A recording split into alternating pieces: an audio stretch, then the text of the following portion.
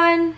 This look right here is called I don't give a what I look like. It's been a day and I just saged myself, my pup, my apartment because obviously it is true crime and wine Wednesdays. And you know, I was really gonna film this during the day because I feel like lately I've been filming them at night, and when I film them at night, I feel like I'm just up all night because these stories are so f***ed up. But here I am, filming at night, knowing I'm probably not going to sleep tonight, but that's fine. And you know, I was thinking to myself the other day, am I ever going to have a true crime video that's less than an hour, because these seem to be like really long? And the answer is this video will not be that. This video I feel like is going to be so long because this case is so fucked up. I'm probably not going to get into every single conspiracy theory or suspect in death. I might just like, you know, bring them up and then like, you know, move on. I don't know, I'm just going to go with the flow. But I am doing what y'all have requested 500 million times, and this case to this day still has me all the way f***ed up. The Jonbenet Ramsey case. And if you don't know what case I'm talking about, you should probably get your f***ing ass from whatever rock you've been hiding under and read the goddamn newspapers. I don't care that this was over a decade ago.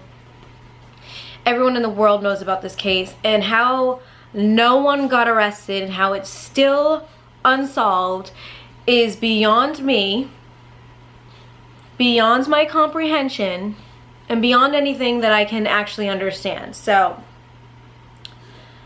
let me actually see how long ago that was. This murder happened on December 26, 1996, and it is 2020. 1996. So it's been 24 years. So it's been literally 24 years. That's 2 decades plus 4 years since this murder happened. So for anyone that doesn't know, let me tell you about this up case, okay? Jonbenet Ramsey was a pageant.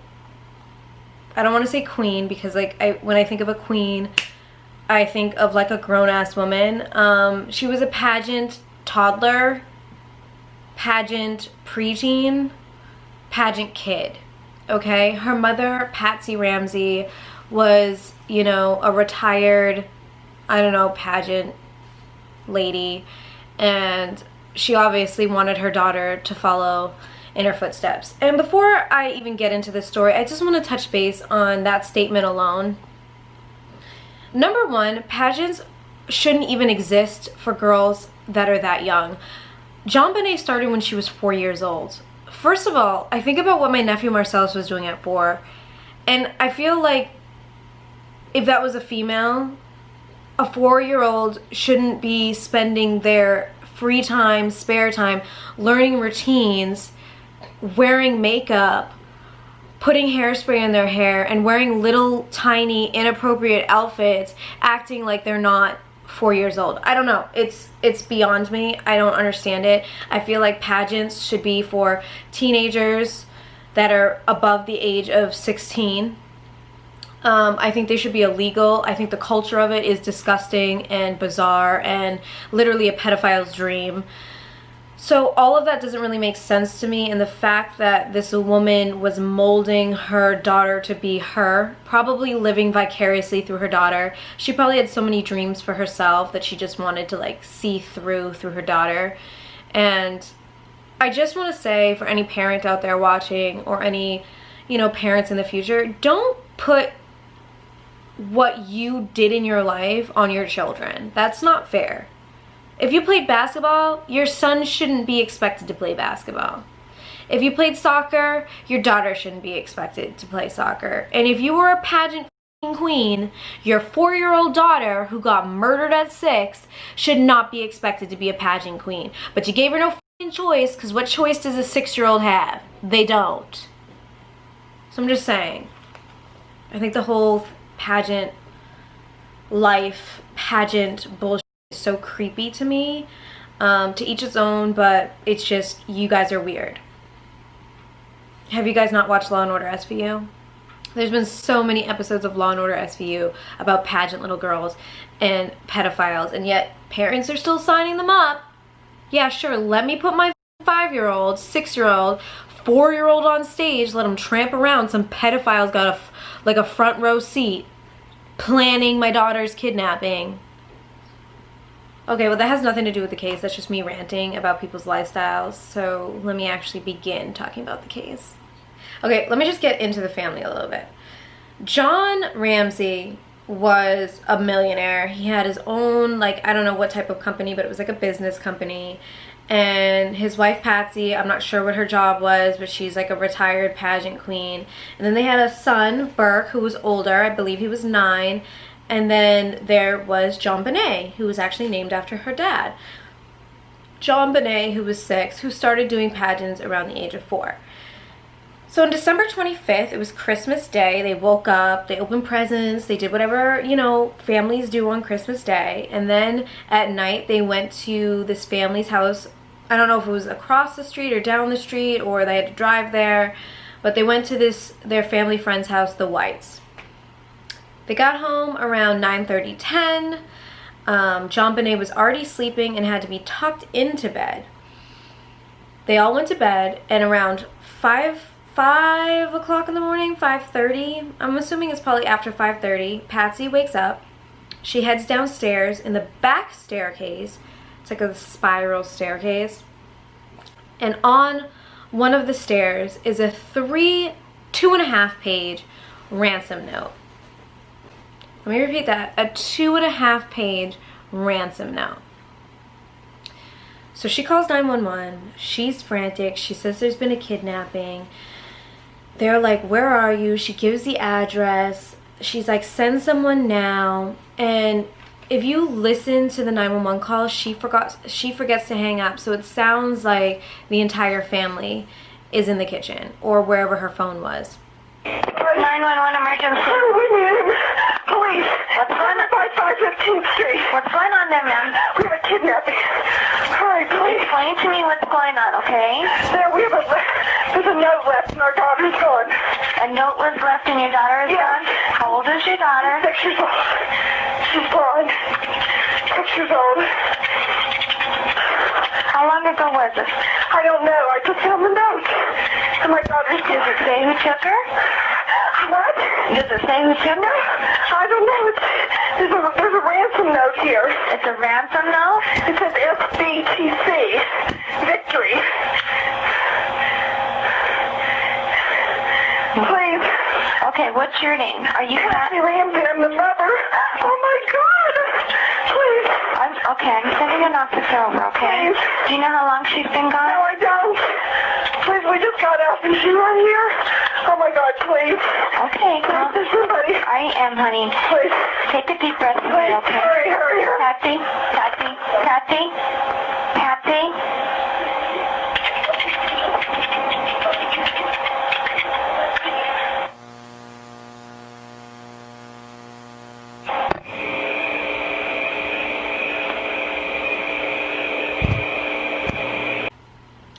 So the cops end up showing up.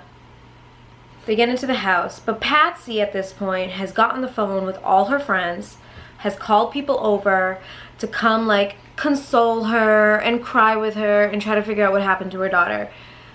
So the cops show up.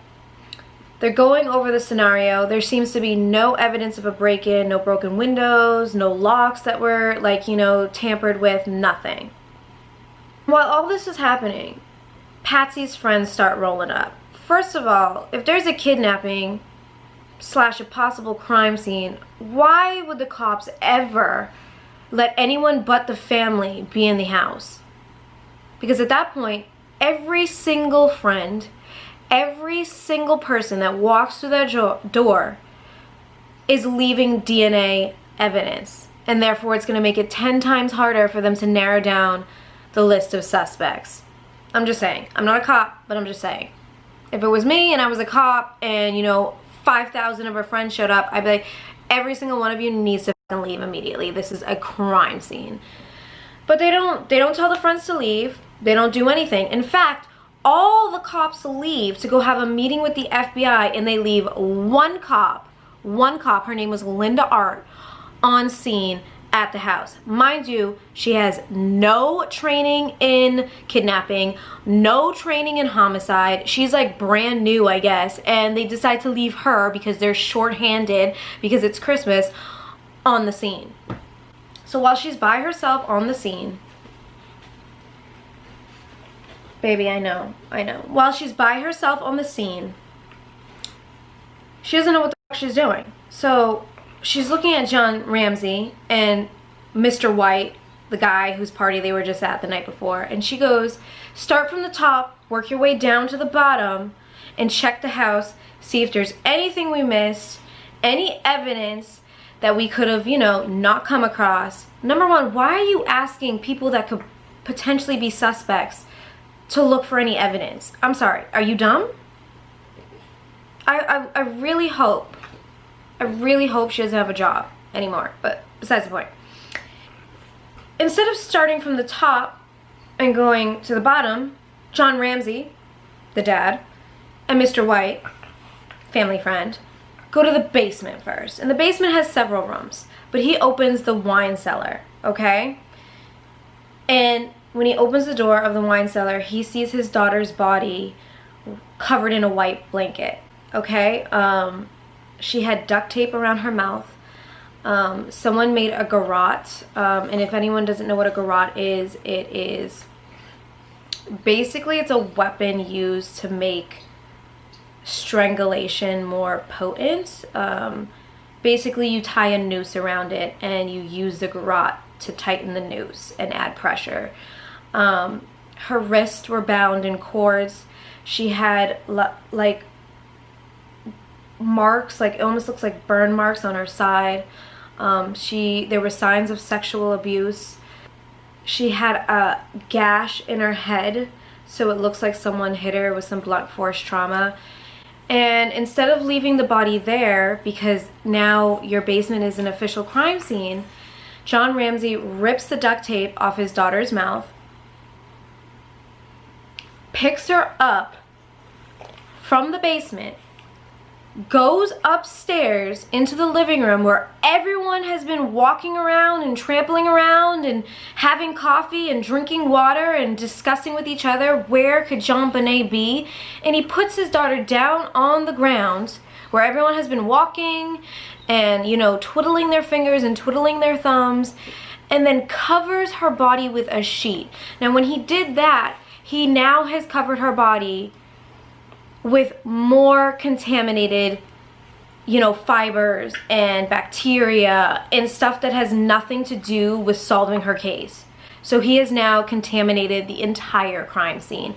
And not only that, let's just point out the fact that Linda Art told John to start from the top of the house and work from the bottom and work to the bottom. And he worked directly from the bottom. It's almost like he knew where he was gonna find his daughter's body. And he knew that if he picked her up, that all the evidence and everything on her body would be destroyed. But what do I do? What do I know? I guess at that moment, Linda Art said that Patsy was inconsolable. She broke down in like tears. There's an interview with Linda Art, the detective that was on scene, that said that no doubt in her mind she believed that John Ramsey did it. And she remembers when she leaned over to look at the body, she was scared for her life and was actually holding the gun that she had on her. And when she was interviewed, they asked her why she would say that, and she said, because I didn't think any of us were going to be leaving that house alive. That's how much she was scared of John Ramsey. She said they basically had a full-blown conversation just by looking at each other. And Jonbenet was clearly dead. Then she's been dead for a while. I ordered him to put Jonbenet down. I knelt next to her and I leaned down to her face. And John leaned down opposite me, and his face was just inches from mine. And we had a nonverbal exchange that I will never forget. And he asked if she was dead. And I said, yes, she's dead. told him to go back to the room and to dial 911. And as we looked at each other, I remember, and I wore a shoulder holster, tucking my gun right next to me and consciously counting, I've got 18 bullets. Why did you do that? Because I didn't know if we'd all be alive when people showed up. I said that everything made sense in that instance. And I knew what happened. Do you think your fear was well-founded? You bet I do. There's no doubt in my mind. To this day? Never wavered. You were afraid because you thought the killer was still in the house. I knew it. Absolutely? Absolutely. And you know, powerful men, rich men, men that have friends in high places, they can be very scary people, y'all. Like, you know, all the females out here and your future daughters that like say, I want to go out and like meet a rich man, I want to do this and that, but like they can be really scary and dangerous, and you know, so maybe there's some truth there, but let's get to the crazy part of all of this. Okay, so let's talk about this ransom note really quick. First of all, a couple weeks before Jonbenet's murder, the movie Ransom came out, and I've actually seen it like 3 or 4 times. I actually really enjoy the movie. It's with Mel Gibson, and he's rich, he's a business guy, and his child gets kidnapped. So I don't know if the person writing the ransom note saw this movie and like maybe concocted this idea, but when I was reading this investigation, most ransom notes are very quick, very to the point. Very short. Give us, you know, $5 million or we're going to kill your kid at midnight. Pick up your phone. Immediately, police officers and investigators are quite suspect about the ransom note. Not only was the ransom note long, it was written with, later on, they figured out through testing that the note was written with a specific pen that the Ramseys had in their household. It was written on Patsy's kitchen notepad. So that means if it wasn't an intruder, which the Ramseys said, the parents said, it must have been an intruder that came in, and it must have been someone that, like, you know, broke into her room, took her to the basement, did unspeakable things to her, and then murdered her. First of all, I don't know about y'all, but if my parents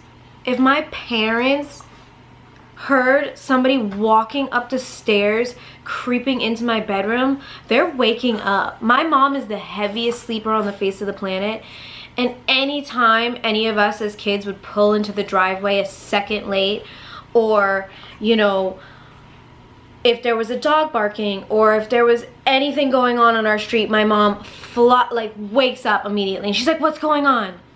So you're gonna tell me that these two parents on the same floor as their daughter didn't hear somebody creep upstairs, open the door to their daughter's bedroom, pick their daughter up, and walk her all the way down to the basement? So the cops are already like, this is already sounding like not believable. Now, this is one of the conspiracy theories that people have said. They believe that Patsy wrote the ransom note because handwriting specialist compared her regular handwriting. Every time he jumps, I get a little scared because like I just get like freaked out when I film these videos, and like I start hearing sounds and I get like nervous because my door is shut and I just like freak out.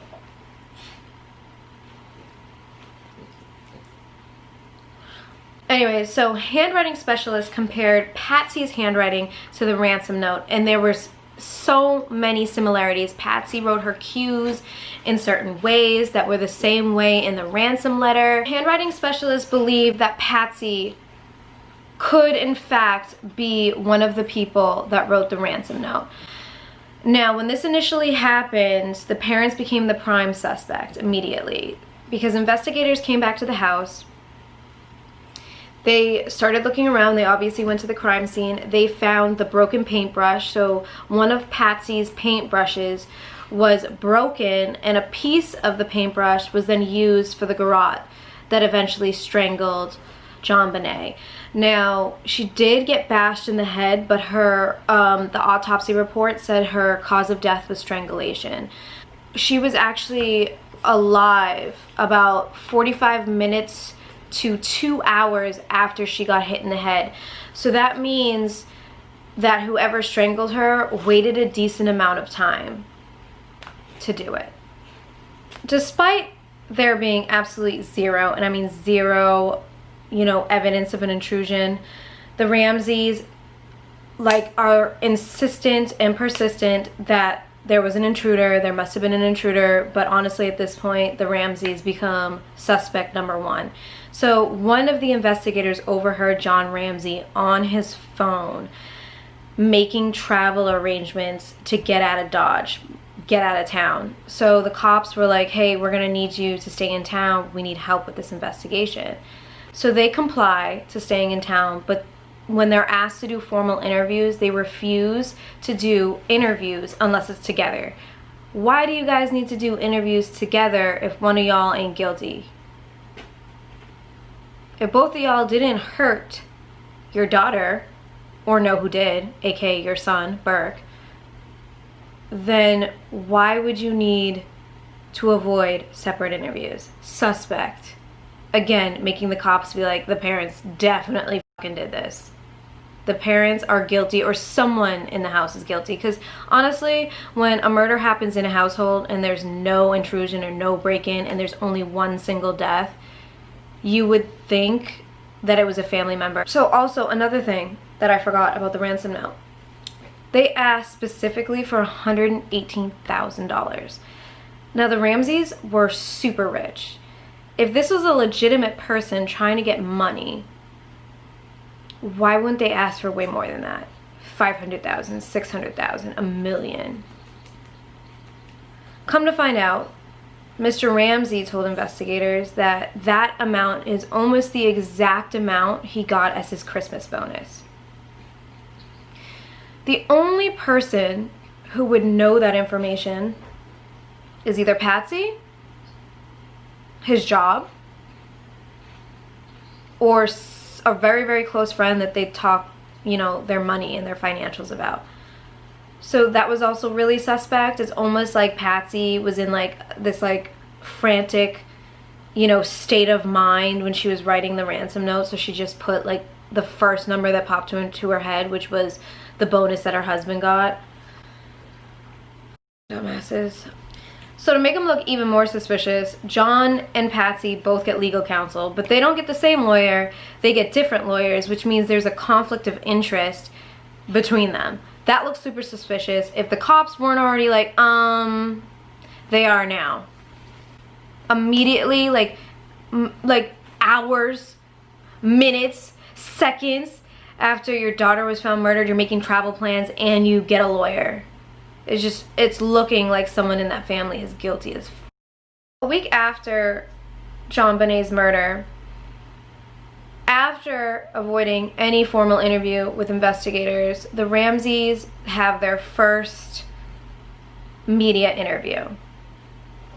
And it's really weird to me because in the media interview, Patsy Ramsey says, I loved that child. I've just like never, and I don't know if it's like a thing people with money do, but I've never heard somebody refer to their kid as that child. Isn't that your daughter? You mean you loved your daughter? It was really weird to me. The vibes were off, and you can get on CNN and you can get on these like news outlets, but you can't have a formal interview with the cops who are trying desperately to figure out what happened to your daughter. Wouldn't those be the people that you want to talk to? That you're dying to talk to? That you're desperately seeking their help from? It just, again, looking suspicious and looking suspicious and looking more suspicious. Another thing is if there was in fact an intruder, right? And they murdered Jonbenet, why wouldn't they just, and I hate to say this, walk back upstairs and take care of the rest of the family, knowing that her body was eventually going to be found in the basement, knowing that they were never going to get any ransom number? It's like the mission that they were on is now a failed mission, and wouldn't you want to just take out the rest of the family so that, you know, you don't have any problems? That's what I'm thinking of, a fucked up ransom note writing, I don't know, kidnapper. But that's not what happened. So you're gonna tell me that somebody murdered Jonbenet, walked upstairs to the kitchen where Patsy's notepad was at, sat down, wrote a 2.5 page ransom note, walked over to their back stairs, not their front stairs, left the ransom note on the stairs, and then dipped without anyone hearing him walk upstairs, kidnap Jonbenet, murder Jonbenet, walk back up to the kitchen, write a whole ass note, walk back to the stairs, leave the note on the stairs, and then leave. Not a single person in that household heard anything? Yeah, the right. The only thing that makes sense is that someone in the house did it. So when the autopsy comes back, she was, you know, hit in the head very aggressively and had swelling in her brain, and the swelling is indication that she was still alive. And then she was strangled, but she also had bruises and scrapes on her body and spots of blood in her underwear. Her bruises and her scrapes and the evidence in her underwear was evidence that she was sexually assaulted. The next day, the autopsy on Jonbenet was conducted. Linda Arndt was there.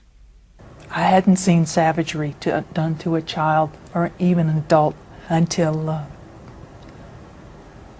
the doctor peeled back her scalp and saw that horrific fracture to her head. It was the length of her head. It was 8.5 inches long, and there was something else even more disturbing. She had trauma to her vagina. What kind of trauma? It would be trauma that would be consistent with injuries seen in sexual assault cases. Recently? I guess the best way to say that was what was seen was not a first-time injury. The coroner, in fact, said the evidence was inconclusive, but ABC News has confirmed that 3 medical experts who consulted for the Boulder Police Department concluded the injuries were consistent with prior sexual abuse. Now, another interesting factor on her autopsy is that she had undigested pineapple in her stomach. And lo and behold, when the cops are doing the search of the Ramsey home, taking pictures of the crime scene, there's a bowl of pineapple and a glass of tea. And so when they test the bowl of pineapple and they test the glass of tea, the only fingerprints on the bowl are Patsy's, her son Burke. So some conspiracy theorists think that Jonbenet came downstairs, grabbed a piece of her brother's pineapple, Burke got upset, and I guess Burke had a lot of aggression and he was violent and hit Jonbenet several times. So there was a flashlight on the kitchen counter that they found, which they believed to be the murder weapon. And the Ramseys kept saying, that's not our flashlight, that's not our flashlight, we don't know whose flashlight that is, it must be the intruders, that's not ours. But investigators do believe that the flashlight is what struck Jonbenet in the back of her head. So some theorists say that Burke got upset about the pineapple and like the little piece of shit that he is. He picks up the flashlight, bangs her in the head with it, and thinking that, you know, their daughter's dead or her sister's dead, Patsy stages this whole crime scene, including the ransom note, to protect their son Burke. And another conspiracy theory is that the ransom letter was signed SBTC, which people say is Save Burke Through Cover-Up. Victory. That's what it was signed. So that's what some conspiracy theorists say. I'm not sure. We'll never really know. Burke did an interview, I think a few years ago, in regards to it, and the entire time his behavior is so, like, makes me so uncomfortable. He's smiling, he's laughing, he's like fiddling with his fingers.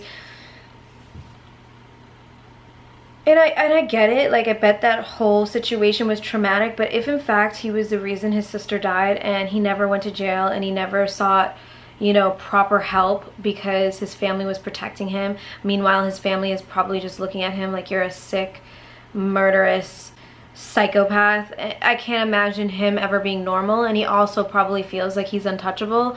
So that's the kind of vibes he was giving me when I was watching his interview. At 6 years old, Jonbenet had, you know, an issue with bedwetting. And usually around that age, if you're still bedwetting, it's a sign of, you know, abuse, maybe sexual or not sexual. But obviously she had a fear of something. And in my head, when I'm reading this, when I'm doing my homework on this investigation, I'm just thinking about how, you know, she's 6 years old, learning routines for pageants every day of the week. She's not like hanging out with friends. She's not doing what like a normal 6-year-old girl does. And her mom is probably like, you better get this down. And as soon as she gets home from practice, Patsy probably made her practice it some more. She was probably on a strict diet so she could remain like thin. I can't imagine what that 6-year-old went through trying to live, having to live in her mom's, like, you know, past, and her mom vicariously subjecting her own dreams onto her daughter. I can't imagine. So that could be a reason why she was bedwetting. But also investigators thought maybe the bedwetting was a sign that maybe John Ramsey was sexually molesting his daughter. Their pediatrician came forward and said that's impossible. I've been her pediatrician for years and there has never been any sign of that trauma. But again, do we really believe people that are friends in high places? And can he even reveal that information? I don't know. But another conspiracy theory is that, you know, they came home from the Christmas party. Jonbenet wet her bed. Patsy freaked out about it and hit her in the head with something, and a little too hard, and in a freak out and, you know, guilt and not knowing what to do, thinking that her daughter is, you know, dead at this point, she brings her down to the basement to stage a, you know, sex crime scene. That was another conspiracy theory. So another red flag during this whole investigation is the day after her body was found, no, the day her body was found, Patsy was wearing the same exact outfit she wore on the 25th to the Christmas party at the Whites. A red sweater and black slacks, I believe. So investigators ask her, why were you wearing the same outfit? Because you would think if you came home, put your kids to bed,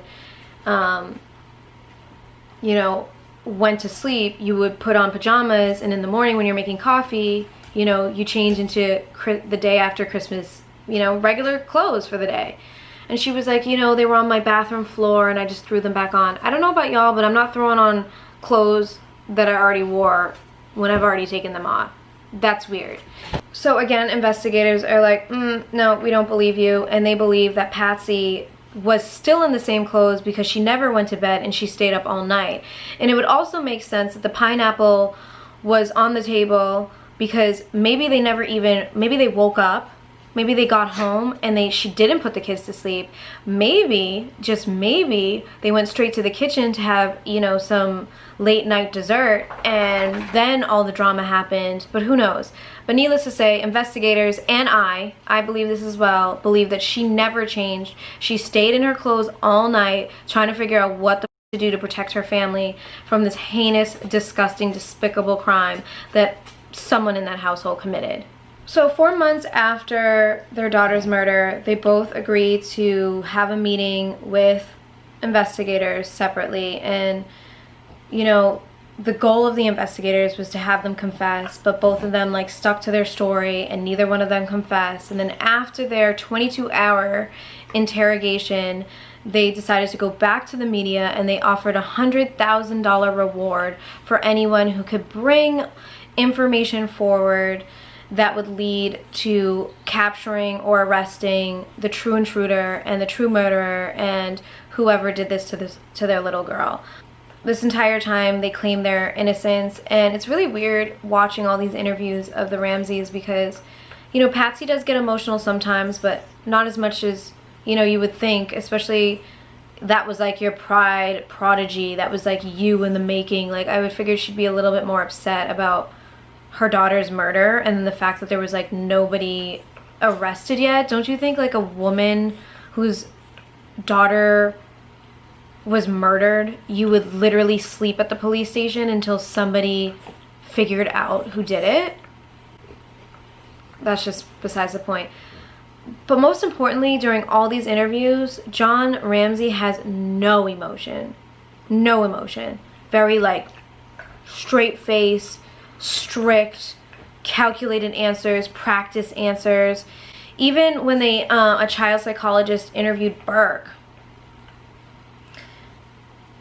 it seemed like he was coached as well because he would answer some questions, I don't recall, and Patsy answered the same certain questions the same exact way, which means that Patsy was probably coaching Burke how to respond to questions that he most definitely should not answer, which is crazy that a 9-year-old doesn't slip up, because you would think in an interrogation, even with a child psychologist, especially a child psychologist because they're there to make you more comfortable, than a 9-year-old would slip up unless his parents literally spent the 4 months coaching him to not fuck up. Because how bad would it look on the Ramseys if their son was a murdering, jealous, raging lunatic that killed their pride and joy, Jonbenet? It just wouldn't look good on their family. So I don't know if they were protecting him or themselves, really. I have no idea. So at the house, there was a broken window in the basement, and Patsy and John were convinced that the intruder must have gone in through the broken window. John admits that he broke it months before with like a golf club and he just never got it fixed. I'm just sorry, if you're a millionaire, why wouldn't you get your window fixed? That would be like chump change to you, so that's just weird to me. And he just said that he thought it was a safe neighborhood and he never had any worries and blah blah blah. Still, at the end of the day, would you want your basement to be cold? Fix the window. It's not that hard, dude. And it's probably no sweat out of your bank account. This investigator later on, like months and months later, Lou Smith, comes on the scene because the cops don't pay attention to the window at all. They're like, it's not big enough, no one can even break in through there, so it had to have been someone in the house. This investigator, Lou Smith, came on the scene, went, fit through the window, proved that an intruder could in fact get into their house and wait. And then they also found a suitcase, a blue suitcase by the window. And the blue suitcase, the Ramseys claim they didn't put it there. So to fit the intruder theory that could work, that maybe they were gonna put, you know, Jonbenet in the suitcase and like, you know, bring her out the window and wait for, you know, the call and get the $118,000. But then the suitcase did not fit out the window. It was impossible for it to fit out the window. Maybe intruders freaked out and then killed her. That's another conspiracy theory. I just don't believe there was an intruder. It just doesn't line up. It doesn't make sense that there would be an intruder. It does make sense that the family put all that there to make it look, you know, like this theory could possibly work. I don't know. Also, there was a partial footprint in the cement from a certain type of high-tech boot. No one in the Ramsey household owned this boot, so that's also evidence that would point that there was an intruder, not the Ramseys. So another investigator determined that the marks on her body were that from a stun gun, which he believes was given to her by an intruder because the Ramseys did not own a stun gun, or they got rid of it, who knows. But his belief was that an intruder went to the house through the window, crept upstairs, subdued Jonbenet with the stun gun, brought her to the basement, intended to put her in the suitcase and carry her out of the house, but she didn't fit. So instead, he, you know, had his way with her, so disgusting, so disturbing, hit her over the head with a blunt object, and then strangled her to death. The investigator believed that it was in fact a pedophile. Ramsey's hired this guy, his name is Bill McReynolds, to play Santa every year, and he had like a weird connection to Jonbenet. It's noted that actually at on this particular Christmas, Jonbenet actually gave him a tour of the entire house. He wrote her a letter that says, "I have something very special for you coming on Christmas." So they looked at him as a suspect because obviously he had like a weird, you know, connection with the 6-year-old. John Ramsey was like, if it's anyone, it's him. He knows the house. He's been in the house. He loved our daughter. There's actually a quote. Hold on, I'm gonna look it up. Bill McReynolds said this, and I just have to read it to you. Hold on. He said, "The stardust was all I took with me for good luck when I had heart surgery last summer." Jonbenet gave him like gold glitter in like a container. "Her murder was harder on me than my operation. She made a profound change in me. I felt very close to that little girl. I don't really have other children that I have this special relationship with, not even my own children or my own grandchildren. When I die, I'm going to be cremated. I've asked my wife to mix the stardust Jonbenet gave me with my ashes. We're going to go up behind the cabin here and have it blow away in the wind." That's just creepy to me. And if my dad said that about a 6-year-old, I'd be like, "Dad, what the f is wrong with you?" But him and his wife submitted handwriting samples, DNA samples, blood samples, and they were cleared. So he was no longer a suspect, even though he's just weird. Then another known pedophile, Gary Olivia, confessed to her murder. They brought him in, they arrested him. He admitted that he was obsessed with Jonbenet, that he had a shrine in his home of her. But again, he submitted handwriting samples, blood samples, DNA, completely cleared him. Just another guy that's a psycho and needs mental, like severe mental help, that confessed to a murder he did not commit. Another suspect was this guy, Michael Helgoth. Now, he actually was never brought in, he was never questioned because he was dead before any of that happened. His friend, John Kennedy, came forward to cops and said, "I believe Michael did it. I believe he is the one that's responsible for this little girl's death." And investigators asked him why. So originally they thought he killed himself. He had a gunshot wound to the head. But when they found him, he was found with a stun gun, a pair of high-tech boots, like the footprint in the basement. And he told John Kennedy that him and a partner of his were coming in on a lot of money, around $50,000 to $60,000 each, after Christmas, which would basically be the amount that was asked for in the ransom note had they split it in half. It turns out that there was actually, he was right-handed, but he was shot by someone with the left hand, and he was murdered. And we don't know who murdered him. I didn't even bother to look up his case because he's actually a known pedophile as well. He's a creep. He's been a pedophile for a while. Michael Helgoth was in fact a pedophile as well. And John Kennedy, his junkyard friend, was convinced that he was responsible for this girl's death. He said that he even admitted once that he wanted to know what it was like to crack a skull open, which is exactly what happened to Jonbenet. Also, John Kennedy told investigators that Michael's most prized possession was a flashlight that went missing. And what was found on the scene at the kitchen table? A flashlight that the Ramsey says was not theirs, and it was unidentified. So, I mean, it's possible that maybe he did intrude. Maybe they did go there to kidnap her and it all went terribly wrong. Later on, forensic evidence said, or investigators said, that the size of the boots didn't match, but they never showed proof that the size of the boots didn't match. So I thought that was a little weird. It's almost like they still wanted it to be the Ramseys, so they didn't like investigate this further. Plus this guy was dead, and it's like, who killed him?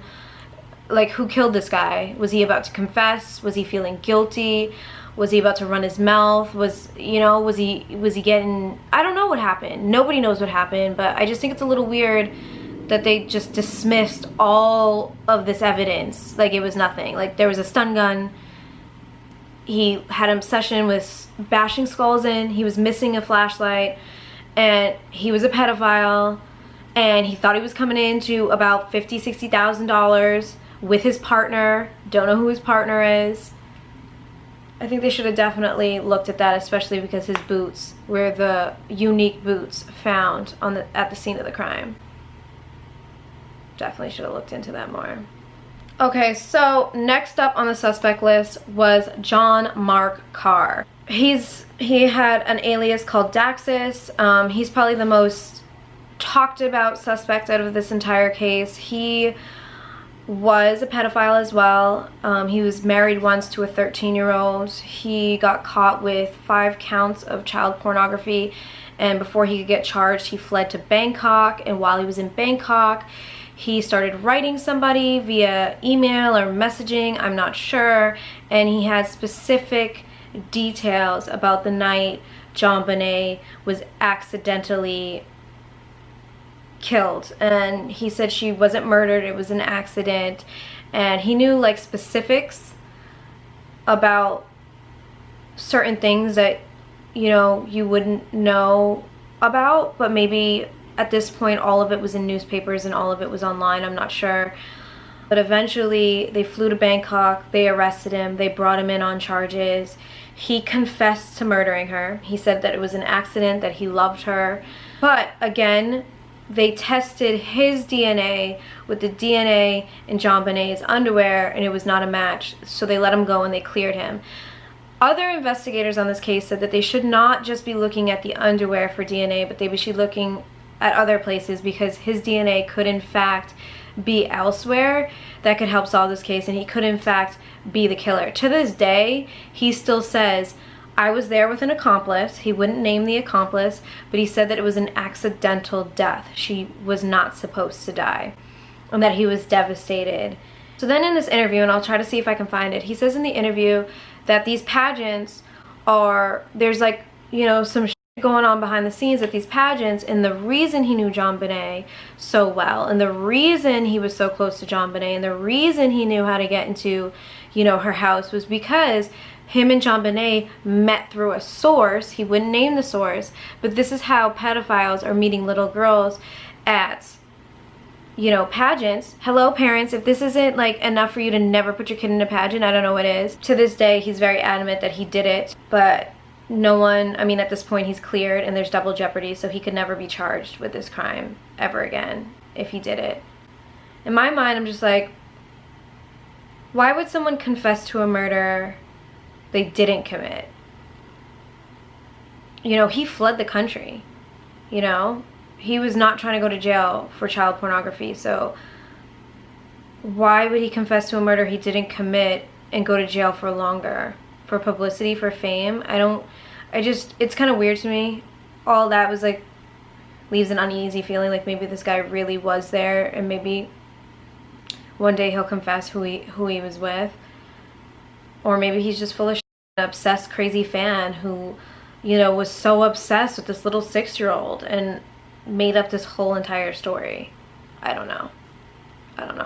So in 2008, they used this thing called Touch DNA, and they retested Jonbenet's underwear, and they confirmed that the DNA in her underwear belonged to a male suspect who was not part of the Ramsey family. Basically, they were saying the Ramseys had nothing to do with it. So anyways, in 2008, the Ramseys were finally cleared of having anything to do with their daughter's death, but other investigators were still like, we need to keep this open. We're not going to close the case. We're not going to not say it was definitely not them. Right now they're being ruled out, but that doesn't mean they're still not responsible. I'm not quite sure what year, but Patsy Ramsey ended up passing away. She had cancer before she beat it, but then it came back and then she succumbed to it. So she passed away. So if she in fact had anything to do with her daughter's death, we'll never know. And even at that, the way she was set up in her interview, she was going to the grave with any type of secret anyway, so we are never gonna know. 2013, it was revealed in media outlets and newspapers and articles that in 1999 the grand jury wanted to indict John and Patsy Ramsey for abuse resulting in the death of a child and accessory to a crime.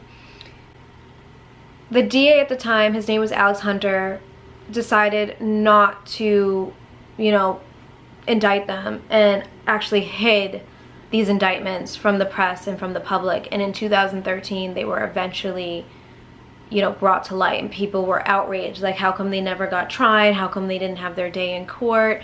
And then people were starting to look at Alex Hunter, the lead investigator, like, are they paying you? Are you being quiet? Are you protecting them? What else don't we know? What else don't people know? Like, there's just a lot of secrets and a lot of weirdness that have to do with this case. It's just kind of crazy to me, but it is now 2020 and this case is still unsolved. I don't think at this point it'll ever be solved. 24 years is a long time. And I just think about that little girl. And how, like, maybe she was happy, you know? But, like, how tough her life must have been having her mom do shit that maybe didn't even make her happy. And then that, the shit that she was doing, the pageants and the dressing up and putting on little outfits and singing songs like I'm a cowgirl looking for a cowboy at 6 years old, could have led to her death because some creepy pedophile showed up and saw her on stage, got fascinated. You live in a small town, they figure out where you live, they plot how they're gonna get to her, and then she's dead. And even more tragic, what if she's dead at the hands of her brother or her mother, and then the entire family covered it up? I don't know about y'all, but if my son killed my daughter, you're going to jail, mother. Your ass is going to jail. I ain't protecting you because you make me sick. You're a disgrace. Once you get locked up, I'm not even visiting your ass because you're a psychopath. Thanks for ruining Christmas. Thanks for ruining our lives. That's like literally what would happen if one of my children killed the other. I don't give a shit. I don't care if that makes me sound heartless. I ain't protecting your ass. Nope. Nope. Nope. Nope. Nope. And if your 9-year-old is so aggressive and has hit your daughter before, why haven't you gotten him help? Why isn't he seeking counseling? I don't understand. Because maybe if they put him in a child psychologist, not under an FBI investigation, if he was in fact the murderer, he maybe might have not, you know, killed her over some goddamn pineapple. If that theory is correct. And the one last theory I'm going to cover before I end this video is some conspiracy theorists believe that Katy Perry is in fact Jonbenet, and I'll put a picture of them two here because they look eerily similar to one another. I feel like that's a little disrespectful. Let me see how they think. I didn't even really look much into it. Okay, so this is what people claim. Jonbenet Ramsey conspiracy claims Katy Perry is the murdered 6-year-old beauty queen. They believe that Jonbenet Ramsey is actually alive and has grown up to become pop star Katy Perry. The sick tale first emerged in 2014 when crackpot theorist Dave Johnson posted a video on the internet that claimed to prove the I Kissed a Girl singer 31 is the dead girl. Okay, so this theorist, I don't know if he has a YouTube, but in his YouTube, he said nobody died, nobody got hurt, that sacrifice was in the name only, and that was to get something, and that something was to become a star. Jonbenet became Katy Perry, and that's a fact. He even suggests that Jonbenet and Katy Perry's parents are the same couple. What? Similarity between the two go all the way to their eyebrows. You're born with your eyebrows, he said. They're very close indeed, aren't they? As you know, this whole entertainment industry is just a charade. You really don't know the truth. I wonder what Katy Perry would say if she like heard this conspiracy theory, because I would be so bugged out. I'd be so creeped out if people were saying that about me. Anyways, guys, yeah, that conspiracy theory is like not, and I believe in conspiracy theories for sure, but that one is just like not really believable to me. Comment below if you believe it. I would love to sit down and interview Katy Perry about this, but that might be difficult. Don't forget to give this video a thumbs up or a thumbs down, but as I always say, if you're giving it a thumbs down, you probably shouldn't be on this channel. But if you are going to be here, make sure you hit that subscribe button. But if you are going to hit the subscribe button, also hit the bell, because if you don't hit the bell, you will not get notifications, and you want them, duh. Follow me on Instagram, XXO Danielle, Swallow Podcast, The Official Victor Twins for me and Gabby's joint page, and Little Caesar the Frenchie for my baby boy who was wild and now sleeping. And subscribe to my OnlyFans, onlyfans.com/XXO Danielle. And I'll see you next week for True Crime and Wine Wednesdays. What story should I do next? I think I want to do a serial killer. I think I might do, like, you know, Bundy or Dahmer. Yeah, I think I'm gonna do a serial killer next week. So anyways, stay tuned. I'll see you next Wednesday. Thank you for everyone who tunes into the true crime videos. I appreciate it a lot. I hope they're good for you. I hope I tell this story not confusing and great for you guys. I hope I'm learning every week to make good videos for y'all. I'm sorry if they're long, but I don't want to be one of those people that tries to squish a crazy story into 20 minutes just to get more views. I'd rather get less views and have the entire story. And if I missed anything in the story, which I don't think I did, feel free to comment below. But the story is so sad, so tragic, so f***ed up. Protect your children, you guys. Don't make your children do shit that they might not want to do. A 4-year-old isn't gonna know that she wants to do pageants. Why are you gonna make her do it? It's just like so weird and so to me. It's just like, your poor children. Anyways, guys, I love you to the moon and back. Till next time. Bye.